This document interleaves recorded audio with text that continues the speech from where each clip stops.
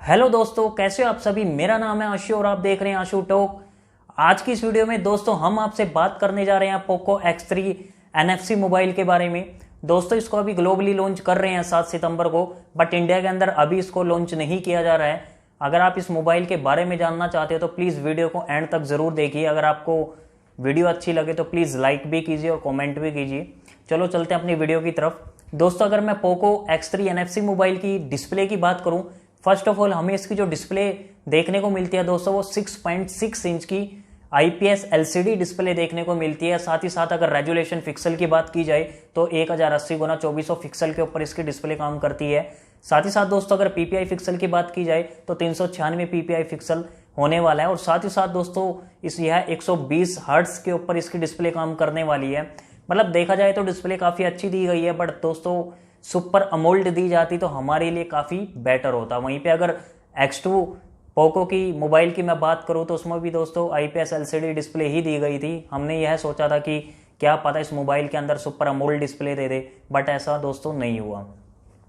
वहीं पे दोस्तों अगर इसकी परफॉर्मेंस की बात करते हैं या फिर इसके प्रोसेसर की बात करते हैं, हमें पोको X3 NFC मोबाइल का जो प्रोसेसर देखने को मिलता है वो स्नैपड्रैगन 732G का प्रोसेसर दोस्तों इसके अंदर देखने को मिलता है। वहीं देखा जाए X2 के प्रोसेसर को दोस्तों वहां पे भी स्नैपड्रैगन 730G का प्रोसेसर दिया गया था। मतलब इतना ज़्यादा फर्क इसके अंदर नहीं किया है, एक दो का मतलब थोड़ा मोटा फर्क है दोस्तों, प्रोसेसर सेम लगभग ही है। वहीं पे दोस्तों अगर आप गेमिंग वगैरह परफॉर्मेंस करते हो इस प्रोसेसर के अंदर आपको इतनी प्रॉब्लम नहीं आने वाली है, मतलब गेम आपकी बहुत अच्छी चलेगी।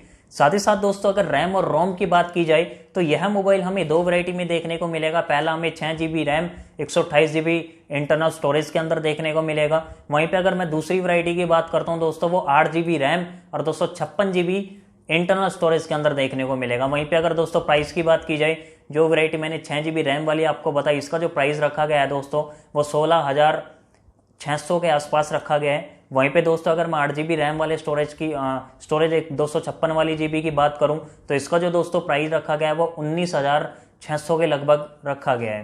मतलब प्राइस देखा जाए तो दोस्तों जो स्पेसिफिकेशन इसके अंदर दी गई है वो उस हिसाब से ठीक ठाक है, बट वही डिस्प्ले का फर्क आता है दोस्तों। मोल्ड होती तो और काफ़ी अच्छा होता। साथ ही साथ दोस्तों अगर इसके एंड्रॉयड वर्जन की बात की जाए, एंड्रॉयड वर्जन जो आपको इसमें देखने को मिलेगा वो 10 वर्जन देखने को मिलेगा, जो कि MIUI 12 के ऊपर काम करने वाला है।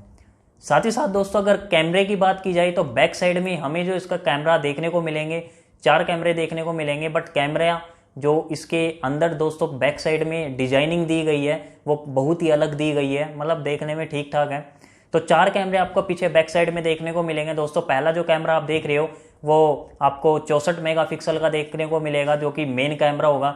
वहीं पे अगर मैं दूसरे कैमरे की बात करता हूं दोस्तों वो आपको 8 मेगापिक्सल का मिलेगा, जो कि अल्ट्रा वाइड के रूप में काम करने वाला है। और बाकी बचे जो 2 कैमरे वो दोनों ही 2-2 MP के मिलेंगे, यानी 2 मेगापिक्सल के।